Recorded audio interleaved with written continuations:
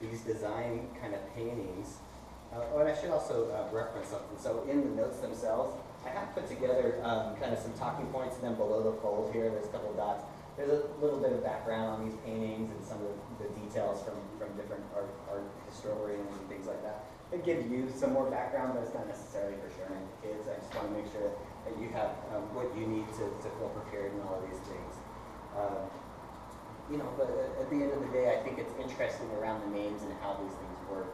So at one point, he does get past the black paintings, and he starts to introduce color, and he starts to pull together some interesting things. And so he loves stripes. I like stripes too. But what he starts to do is these interesting kind of contrasts where a yellow starts and a blue, you know, kind of follows. And he does these over and over again in different ways. And he starts to introduce larger shapes. So a big piece of minimalism is geometric shapes, so particularly squares and rectangles. And then you start to see him introducing more triangles into the mix. These are really basic shapes, but he does it in really interesting ways. And what I think is really compelling about his I keep calling them designs because I'm a designer, so I kind of lean that side, but he balances them really, really well. And so you'll notice that even across the whole series of his work, that they feel very balanced from left to right, even as they start to go one way or the other. So he was not only a minimalist, but he was known as a hard-edged painter. That was a term that was used in the art circles, and you can probably guess why. There were a lot of hard edges to what he was doing at the time, and that was a key thing. And that's a term because we're, as an art project, we're going to create hard-edged art also with the kids, so that's why that's interesting or maybe even more pertinent.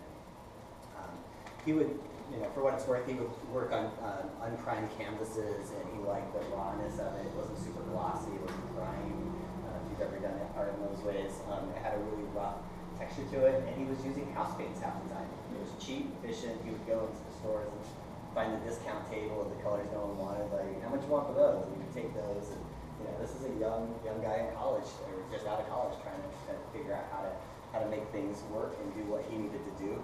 But at the same time, there was just a lot of kind of a rebellious spirit against the entire art group itself. So talking about scale, you can start to see this is one of his retrospectives from 2 years ago. As they're still kind of celebrating the work that he does.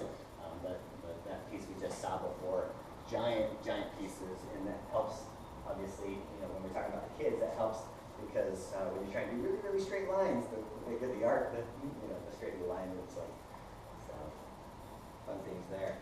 So yeah, we have Fez 2. So one of the other key things around the work that he did is he was very interested in color and making sure to contrast colors so that they would stand out. If you do, you know, once he got past the black paintings, he wouldn't do like a red and purple. He would, you know, red and yellow. And he'd think about how do I make my stripes really stand out. And I think that's something that we can really work with the kids to think about.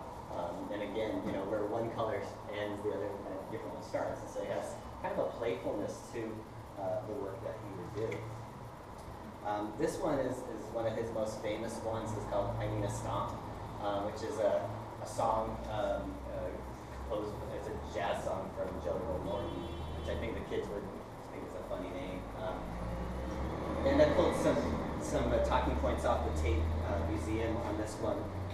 And he collected jazz records when he was young, and he really liked this idea of syncopation and really turn, which is things kind of hitting at different points. And so again, having stripes change colors midway through was kind of a fun thing for him.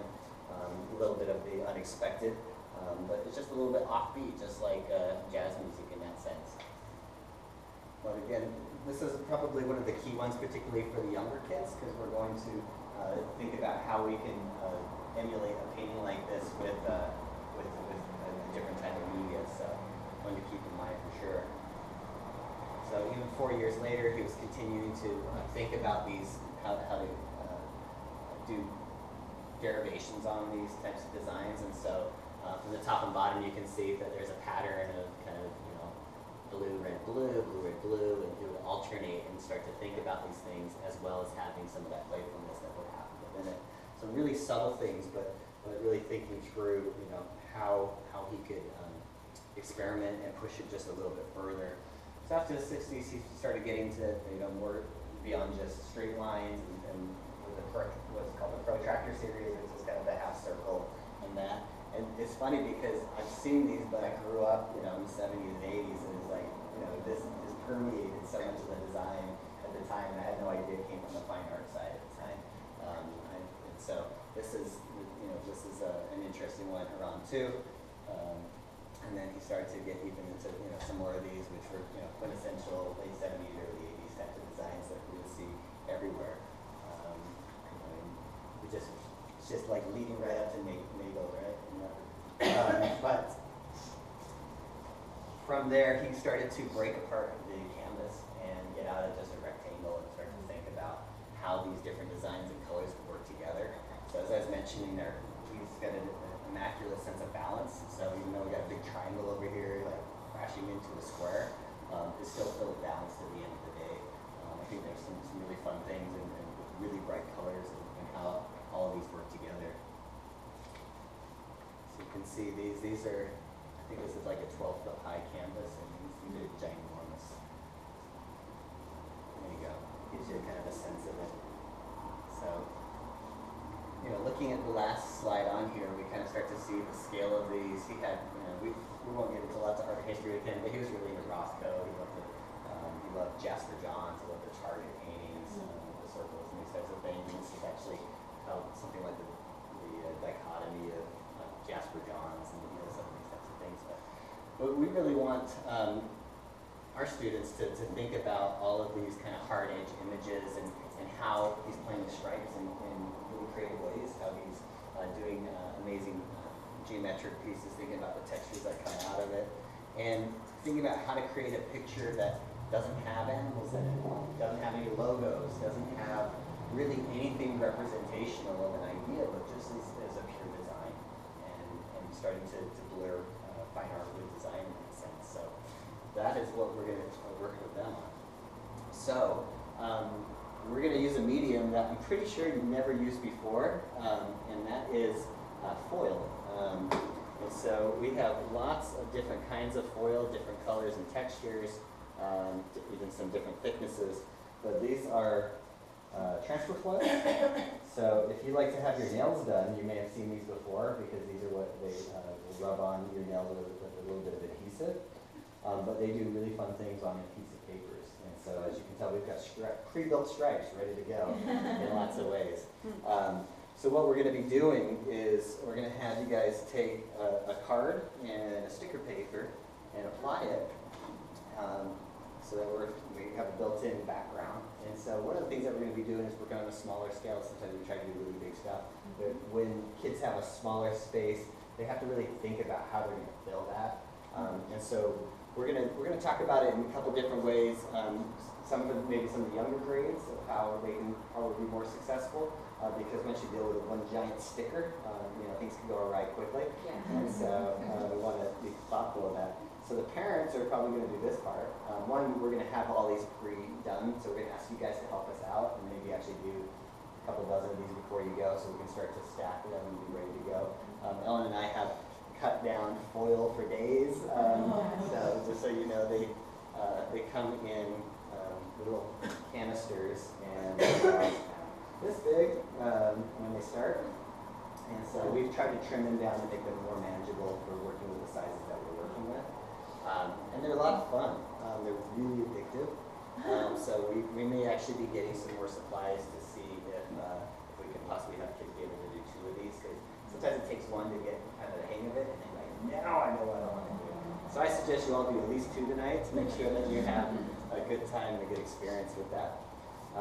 So again, these are double-sided adhesive paper, and sometimes the white side comes up, sometimes the yellow. Doesn't really matter either way. For the younger ones, we're thinking that you'll just want to peel it back and have them, work on some fun designs, particularly around our hyena stomp and this idea of working your way from the outside in. So we've got some samples of what those things kind of look like. These are ones that we've worked with some of our own kids. So metallic, ooh, ah, lots of fun things. The other thing with Roscoe, gosh, I can't even say his name. One of the things that he did a lot was work with fluorescent paints. He worked with different materials that no one else had done at the time. And so the idea that we're doing bright and gaudy things is actually really in tune with what he's into. But we're working from the outside in, creates a way to be able to define like the thickness of a stripe. You know, again, if we're working with pre-K and K, they're slap it on and go. There may be some simple things. There's these ones, and some of the foils actually have pictures on them, so this is like inner space with some different fun italics along those lines. We've done some tests along the way. We've got camo. We've got all sorts of things. There's going to be something in here for everyone, and so we're really excited about how those will work. So let's do a couple of demos of kind of a younger grade and maybe a little bit more of an older grade. For the older grades, we'll pull out some rulers, have them maybe draw a design on pencil first, and then peel it back, and then try to kind of emulate that. Actually, have a plan. So this can go really quick as a project, as they can just slap it on and go. So we'd like them to kind of think through how they're going to approach it. So let's do a couple of those. So we'll go ahead and work on one here. Feel free to come over and stand up if it's easier for you to see. I'm going to take this for some of the folks that couldn't make it out here. Oops. See if we can set that up. I think that's all right. If we could just Do you cut it or does it tear? neither. So again, what we're going to do is we're going to peel away the top side of this, and that just gives us a big empty sticker. And so what my recommendation is if you start doing all these types of things, it'll catch. So what I would do is try to figure out, do you want to do a full one or a half one? So I'm going to go halfway, and I go color side up, shiny side up, and I just rub my finger on it, and then ta-da. Oh my God. Oh, yeah. There you go. I can go from the other That'd be side. super cool. So I think the kids are they're have gonna a love blast. And there's no messy cleanup. So ta-da! So you can do different sizes. You can say, that's not exactly what I was looking for. You can come back and fill in the gap and just keep going. But the trick is if you work from the outside in, I found that you can have a lot more success. And even if there's little bits and pieces that didn't work, you can come back and kind of just dab at it. And you could see quite quickly that these parts, don't do it necessarily, but as you go through here, you can start to do some really interesting dabs. So I'm going to think about, something really, crazy or whatnot. Maybe we'll do a thick one here, but maybe we just do pink. So again, working with the younger ones, it might be that you're helping them and maybe helping them place it, and they get to do the pull off and the rubbing. Just depending how many parents you have at the time and how well they can, master some of these things. So again, working from the inside out, the more you rub it in, the more likely it's going to all get stuck to it. And the other thing is we want all adhesive covered up because we'll be stacking these eventually. Yeah. Don't want to stick into each other. So the kid's not done till all the adhesive's gone. How did you find this material to work with? I ran across this. I did an art program in college, and I work with groups like Scrap, if you've ever worked with seeing those, so it's kind of the reuse area. And we picked these things up, and we had done some things where we tried to do it with, I think, glitter and some other things, and then we ran across some of this material, and so I actually had to order a whole bunch of them to figure out which was the right one. It's been 20-something years since I've done that, and so I remembered it once we saw it again, and just went ahead and tried some different vendors through Amazon and was able to find kind of some of these skinnier ones and longer ones. So the idea is to try to be efficient as much as we can. Obviously, we want the kids to have fun more than we want to conserve on the art supplies. And the idea is that we're going to have brand new ones here that we think that, particularly with the older kids, we'll just kind of grab a few and put them on the table for them. They're pretty forgiving, but then when there's like half done stuff, we can have those also where they can come back and dab with them, where you don't need a brand new one on those. But it is a lot of fun. And we've stacked so many different kind of colors, and here's some up here. The silver one's a little bit tricky sometimes to figure out which side is the right side. But one of the thoughts is if they had a lot of fun kind of creating these kind of square rectangle shapes along those lines, that maybe they could do something special in the middle. So maybe it's diagonals, maybe it's dabbing. My son had a lot of fun just kind of coming in and like making something that wasn't clearly geometric in the middle. Yeah. you know, and having some fun with those designs. Yeah. And so, you know, what isn't left or covered, you know, certainly, there we go, some bright gold, checkered gold.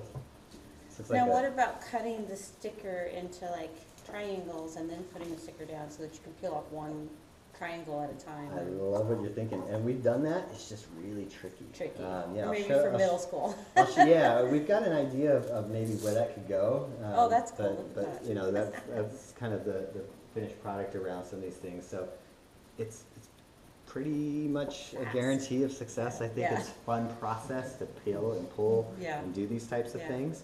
And so they can certainly, you know, start to think about how that works. For the older kids, actually I'll show you a couple of those. So I did, I think what you're talking about, Heather. Yeah, cut So it I up. cut them apart and then I put them down one at a time, and then I took time doing it so Doing that the it turn. wasn't, one wasn't impacting the other. And it just got, it was really kind of tricky. And when I Okay. started testing it with kids, It's too fussy. tears came Oh. out. And I was like, okay, You're good. yes, if my 5th grader is not going to have a great time doing it, let's like figure, I mean, you know, some fun different things of how you can work on it. I thought these were kind of fun even. Yeah. Just, you know, taking 2 colors and really thinking through some more of the kind of graphic and the design side Yeah, of it. yeah. But one thought I had, I haven't tried, so I'll do a first time test of it on this one, which was a thought of if we take one of these guys, again, it's already pre-applied, and then maybe cut one of these Just to block it. and just try to do kind of a mask after the fact, so that we're not dealing with X-Acto knives or anything Yeah. else, and maybe just kind of reapplying it to just hide Yeah. some of the adhesive while we do something else. Yeah. Could be kind of fun. And and it looks very shallow in here, but there's so many, and we've tried to keep them really nice. I mean, they're like crazy psychedelic stuff, you know, lots of bright plain colors. Let's find some good ones to work with. This is kind of cool. So we're gonna have, I think, a lot of fun, and the kids, you know, I would suggest that the kids pick a couple of these things. But let's not go Christmas, but maybe these two are kind of fun. So yeah, so instead of, you know, doing the whole thing, it's going to make me do the whole stripe if I go straight from the middle. But if I go from the edge, then I can kind of pick how thick those stripes are.